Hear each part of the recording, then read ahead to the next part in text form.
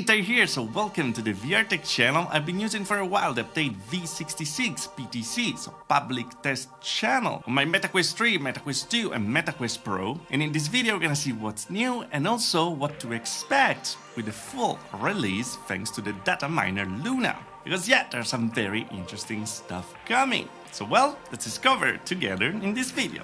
Let's get into it. Alright, to start, let's remember that this is a PTC, so the public test channel, and it's kind of a beta version of the update that you're gonna get usually like 2 or 3 weeks later. Everyone can join the PTC directly from the app, but I will not really recommend it because most of the time you will lose some saved files for your games and you're not gonna be able to just get out of it without doing a fresh reset of your headset. So if that's the one that you're using all the time, it's better just to wait a bit while all the other people that want a risky life are actually, testing a bit the situation. Because with the PTC we rarely get even a changelog. So it's a matter of going through the menus, go through all the details and see if everything actually works and kind of find by yourself if there's something new. So yeah, in this case I'm here for you. So what's in v66? Let's start with the meta wrist buttons. If you might know, if you use hand tracking, the way to bring up the menu is actually to pinch in your direction with the right hand or the left hand for the home button or the start button. Well, it seems they are going to change this following what was actually the Rift version back then with a similar watch, but this time it's gonna be right on the wrist. So if you click on your wrist on the left, you're gonna press the start button and that is gonna appear over there when the right movement will be engaged, and the same thing will happen for the right hand for the home button. You can find this one in the experimental features right at the bottom. You're gonna need to reboot the headset to actually make it appear, and I think that is a great way to actually create a more immersive situation. It's very similar to the bloom that we had on HoloLens as well, and I think that it was one of the best implementation of the menu. I mean, you're never gonna lose your wrist, it's always gonna be there, and it's not a movement as easy as replicating in game like pinching in your direction, so it will create less confusions in games and also, well, a more immersive experience where you don't really need to think about it, the button is gonna always be there. It will be extra cool though to have an actual watch with our avatar or something. You can sell different watches on their store for the avatars and you could know the time all the time. Meta, think about it. It's money.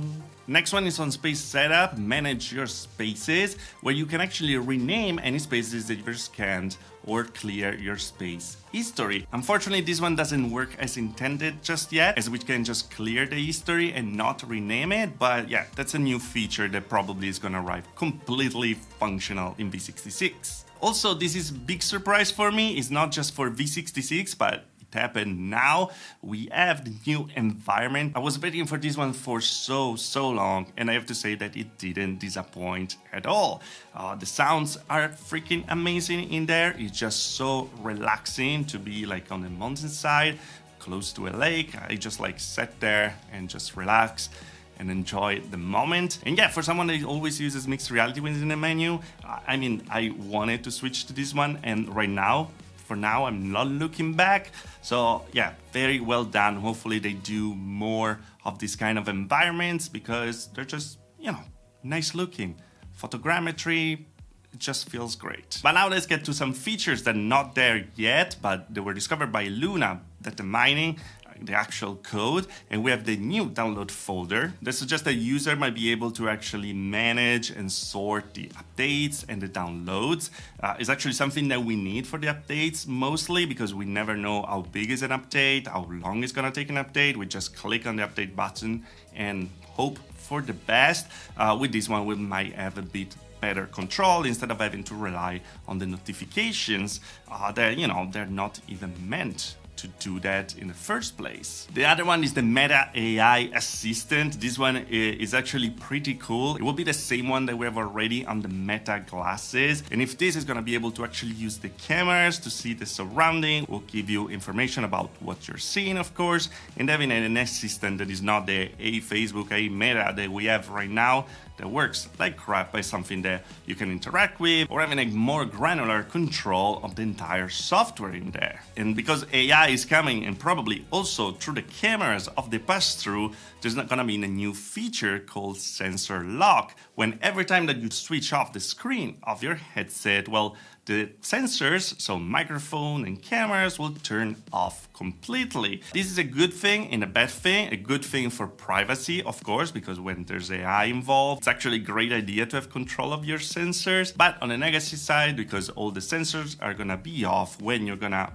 wear the headset, is not gonna turn on automatically, but you're gonna have to click on the power button and wait some seconds for the tracking to actually start to work from zero all over again. To be honest, I can't wait for this feature to arrive, also because every time that I pick up my Quest, since the Oculus Go times, is always kind of almost dead as battery, and so hopefully this is gonna fix it. Maybe it's just my problem, let me know. Still connected to the AI assistant, we're gonna have a calendar sync, so the calendar app is gonna be able to interact with the AI assistant apparently, and so we're gonna be able to just, schedule tasks or something like that. I don't know if you would use it, but it seems like a move more on spatial computing to make the Quest more capable of doing other things and not just, playing games. But this new feature is actually very cool to play games, mostly dark games, and there's a content adaptive brightness. That means that content, so your apps, your games, are gonna be able to move the brightness of the screens up and down.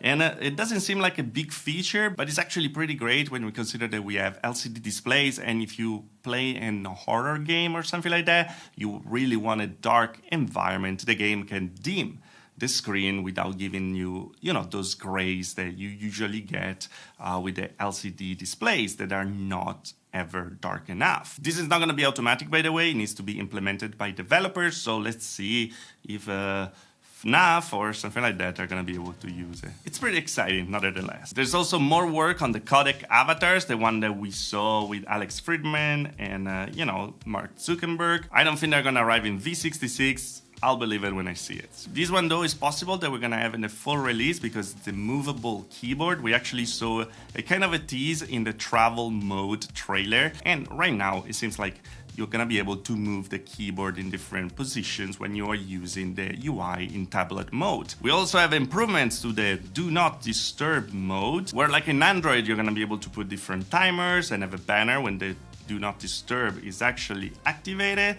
It's very good if you don't want to receive notifications by the different apps. And last one will be the improvements to the Bluetooth. When it seems like when I have a quick pair option, so when you have accessories in pairing mode on the Quest, you're gonna have a pop-up directly to connect without going through, look for devices and stuff like that. It's gonna be much more seamless. And that might be great for all those accessories made for Meta. And while that's all for v66, because the platform is moving more on the spatial computing side, there's a big news because Microsoft is actually working on spatial apps for the Quest 3. We're gonna be able to use your regular suite of applications and also have them with 3D functionalities, mixed reality functionalities also on our headset instead of having just the web apps like we have right now. It really seems that the partnership between Meta and Microsoft is really growing quite a lot. We're even gonna see a Xbox branded headset in the future, so having Microsoft apps in there is very important for sure for them.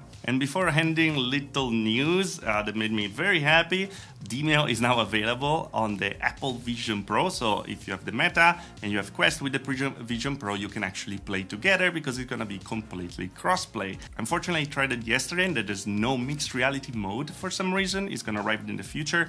I asked them directly, but yeah, you can have like a flat screen mode or the usual like completely VR mode. It'll be interesting to have the flat mode also on the Quest 3. I wonder if that's gonna be possible. And I don't know, I couldn't forget, but if you have a Quest 3, you can now play Minecraft at 120 Hz directly on your device. This is thanks to the Questcraft team that just gave an update for the Quest 3. You're gonna find it on SideQuest, and to play you just have to own the Java version of Minecraft, and the thing is very streamlined and very easy with even support for mods. I actually love Minecraft in VR. It's completely a different game and it's just so immersive, and it would be actually great to see it arriving directly from Microsoft to bring some competition to Roblox, but hey, it works. We have it already. It's great. But anyway, guys, that was all for v66. Some little news here and there. I hope you enjoyed it. Are you waiting for it? Are you already on the PTC? Are you considering, or you're staying away from it so we can test it and your save files are completely safe? Let me know in the comments below. And as always, if you like the video, like. If you didn't like the video, dislike. Subscribe to the channel for more VR tech. And I see you guys in the next video. Thanks for watching.